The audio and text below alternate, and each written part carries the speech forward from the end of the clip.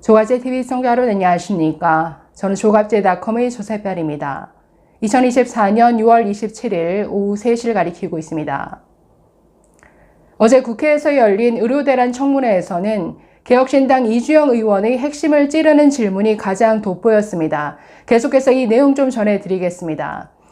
자, 조규용 복지부 장관을 상대로 한 두 개의 질의응답을 소개해 드리려고 하는데, 먼저 이주영 의원은 미래를 대비한다면서 제대로 된 준비 없이 밀어붙인 의대 증원이 지금 현재의 의료 현장을 붕괴시키고 또한 나아가서 의대 교육을 돌팔이 교육으로 만들고 있다라는 점을 지적했습니다.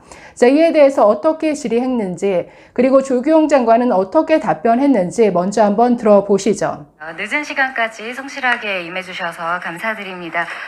저의 입장을 정확하게 정리하고 넘어갈 필요가 있어서 제가 한마디 드리겠습니다. 저는 과학적 근거와 실현 가능한 계획, 그리고 국민 건강에 발전적으로 그리고 지속적으로 기여할 수 있는 방식이라면 그것이 증원이 되었건 감원이 되었건 유지가 되었건 순순히 받아들일 준비가 되어 있습니다. 그러나 그렇지 않다면 그것이 증원이건 감원이건 받아들이기 어려울 것이라고 봅니다.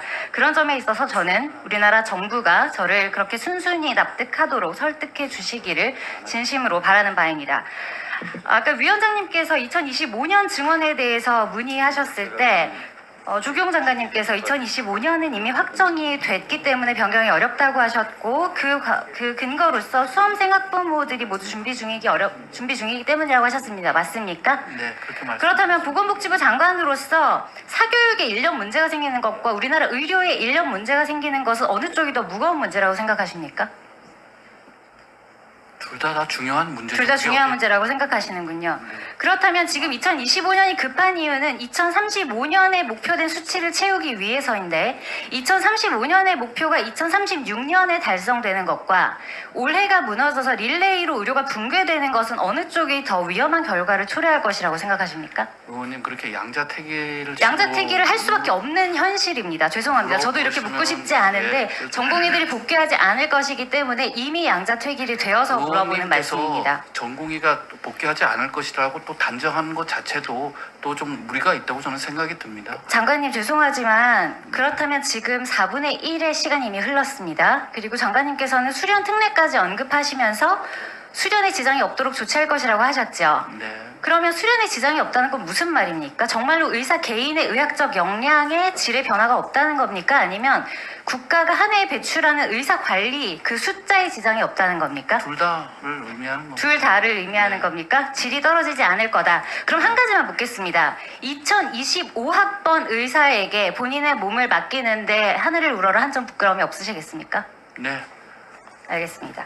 자, 여러분 어떻게 들으셨습니까? 넉 달을 넘긴 의료대란이 양자택일할 수밖에 없는 이런 상황까지 와 있다라는 점을 지적했죠. 그런데 아무런 수습할 능력이 없는 이 복지부 장관은 아직도 큰 소리를 치고 있습니다. 아니, 정답은 정해져 있죠. 세계가 부러워하는 이 한국 의료의 붕괴를 막으려면 잠깐의 혼란을 감수하더라도 이 무식하게 밀어붙인 의대 증원을 지금이라도 멈추고 원점에서 재검토하는 것만이 답인데 아직도 그냥 계속 고하겠다 이런 고집만 부리는 모습입니다. 자, 다음으로 두 번째 내용은 이 의대 증원을 결정하는 과정이 얼마나 주먹구구식이었는지 그리고 의대 증원을 하는 데 있어서 필요한 재원 마련에 대한 기본적인 조사나 검증도 이루어지지 않았다라는 것, 그리고 필요한 교수 인력이라든가 시설 장비에 대한 어떤 수요 조사조차 제대로 되지 않았다라는 점을 여실히 드러내고 있습니다. 자, 이 질문을 하는 과정에서 이주영 의원뿐만 아니라 박형욱 대한의학회 부회장, 지금 단국대 의대 교수시죠. 자, 이주영 의원과 박형욱 교수의 협공이 이루어졌는데 이 내용이 정말 아주 좋습니다. 정말 이 두 분이 아주 예리하게 여러 가지 문제 제기를 했는데, 자, 이 훌륭한 문제 제기와 그에 따른 정말 멍청한 답변 한번 또 들어보시죠. 지금까지 질문 중에 교육부 소관이어서 답변하기 어려우셨을 질문들이 많았을 줄 압니다. 그런 부분에 대해서 답변 어려우셨던 거 충분히 이해하는데, 그렇다면 보건복지부로서 답변하실 수 있는 그런 질문을 하나 드리겠습니다. 오전에 필요 재정 규모에 대한 갑론을박이 있었습니다. 그리고 그에 대해서 박민수 차관님은 교육부가 검증 중이라고 하셨습니다. 맞습니까? 네. 부처 간의 일을 할당하려면 그 재정이나 실현 가능성에 있어서 논의나 준비 과정이 있을 것으로 국민들은 예상을 아마 하실 것 같습니다. 그렇다면 교육부의 의대 증원 관련한 계획과 규모를 명시해서 처음 연락하신 게 언제입니까? 규모를 재원을 증원 규모 거기에 대한 필요한 재원이 있을 것인데 거기에 대해서 교육부와 처음으로 협상하신 게 언제입니까? 협의하신 게 언제입니까? 의원님, 재원은 교육부하고 복지부가 협의한다고 일이 끝나는 게 재원을 아닙니다. 준비하기 위해 규모가 필요했을 것이고 그렇다면 규모는 그날 6월 4일 날 발표하면서 바로 6월 4일에 국문으로, 받았습니까? 네, 그러면 그랬습니다. 지금 몇 개월 남았습니까? 2025학기 시작까지? 교육부가 준비할 수 있을 거라고 보십니까? 네, 할 수 있다고 생각합니다. 만약에 불가능한 재정 추산이 나오면 어떻게 하실 겁니까? 그게 그렇게 단정적으로 좀 될 가정을 것 하고 같으시다는 질문을 말씀이시죠? 예, 정부가 그럼 최대한 국토부나 노력을 하겠습니다. 산자부와 향후에 협업할 때도 이런 식으로 하실 겁니까? 저 의원님 너무 그 재정 조달이 가정을 가능하실 것 같냐고 여쭤보는 겁니다. 예. 그 가정입니다, 저도. 예, 정부 대통령께서도 보건 의료를 치안과 국방 수준으로 놓고 투자를 하시겠다고 말씀을 하셨고, 예, 그렇습니다. 네, 알겠습니다. 정부의 의지가 있습니다. 네. 현재 정부에서 느끼기에는 의료가 통일된 소통의 창구도 없고 통일된 안도 없다는 것이 현재 문제 해결의 발목을 잡고 있다고 생각하시는 것 같습니다. 맞습니까? 예, 그 통일 안은 사실 나와 있죠. 여러 번 제시가 되었습니다. 그리고 정부는 무려 28번이다 37번이다 횟수 차이는 있지만 의료계와 증원 방향을 협의했다고 하셨습니다. 그 대상이 있었을 건데 그럼 그 대상과 지금 다시 연락하신 적 있습니까? 그거는 이제 의료 현안 하신 적이 협의체에서 있습니까? 그 이전에 협의했던 협의체에 연락을 취해보신 적이 있습니까? 취하지는 않고 의료계에 계속 얘기를 해왔습니다. 해오셨습니까? 예. 그 박형국 부회장님, 대한의학회 부회장님 나와 계신데 이 증원 논의 과정 중에 의료 현안 협의체 회의에 참석하신 것으로 알고 있습니다. 맞습니까? 예, 대한의학회 부회장 박형욱입니다. 저는 2013년 11월 15일부터 제2기 의료현안협의체에 직접 참여를 했었습니다. 의료현안협의체에서는 주로 필수 의료 살리기에 대한 논의를 계속했습니다.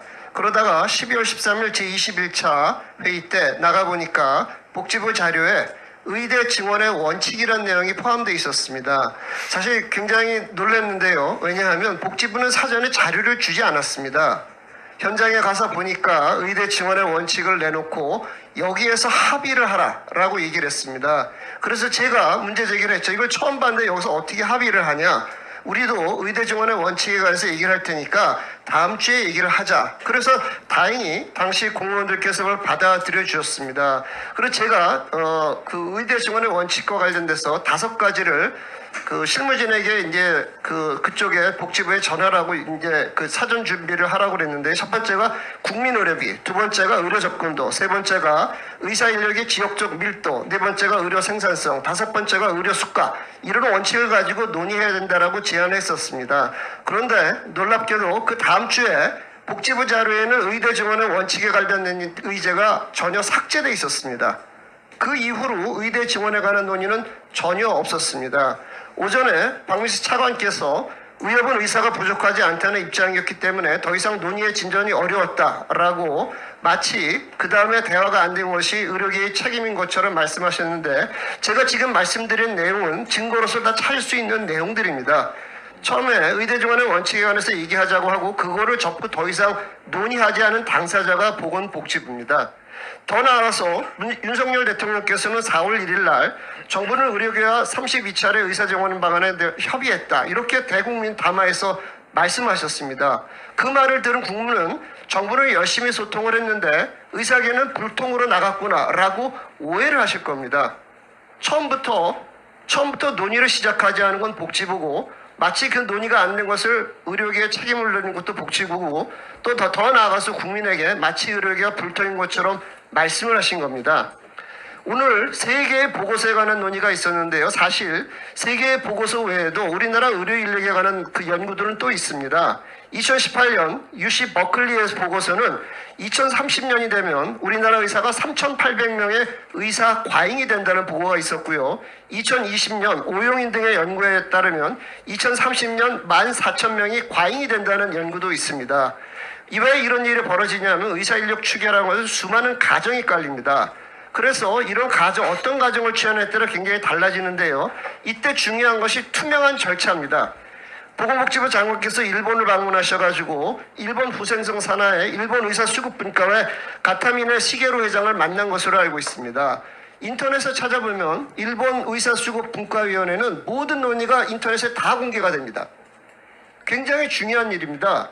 거기에 참여하는 의사들의 발언도 공개가 되고 후생성 관리들의 발언도 공개가 됩니다. 그러한 투명한 절차 속에서 여러 가지 가정을 갖고 있는 보고서들이 종합돼 나가는 것이 바로 과학적인 방법입니다.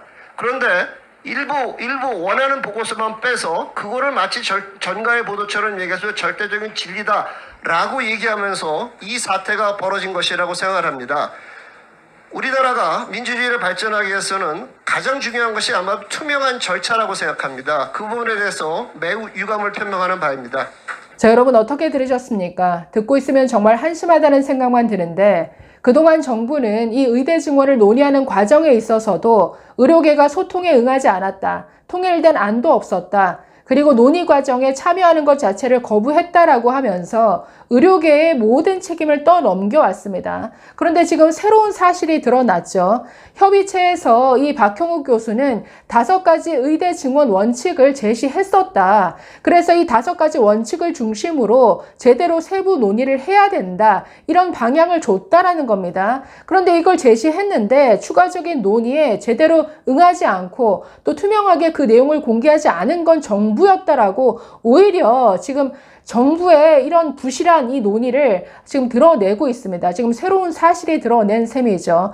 자, 어찌되었든 어제 청문회는 이렇게 중요한 의대 증원을 정말 이렇게 부실하게 준비하고 이렇게 주먹구구식으로 논의해서 밀어붙일 수 있었는가 정말 다시 한번 놀랐던 이런 청문회였습니다. 감사합니다.